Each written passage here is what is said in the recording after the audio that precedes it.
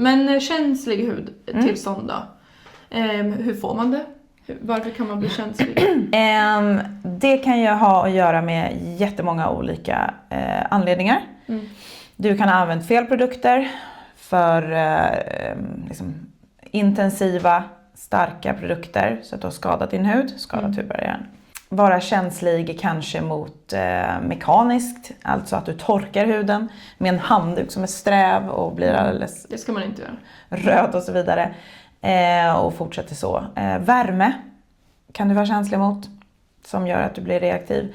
Mediciner. Så typ vad som helst. Ja. Det är också så här, vi har mycket känslighet här i Norden på grund av klimat och sånt också. Att det blir liksom fram och tillbaka, in och ut, varmt och element, kyla och så vidare. Temperaturskillnader.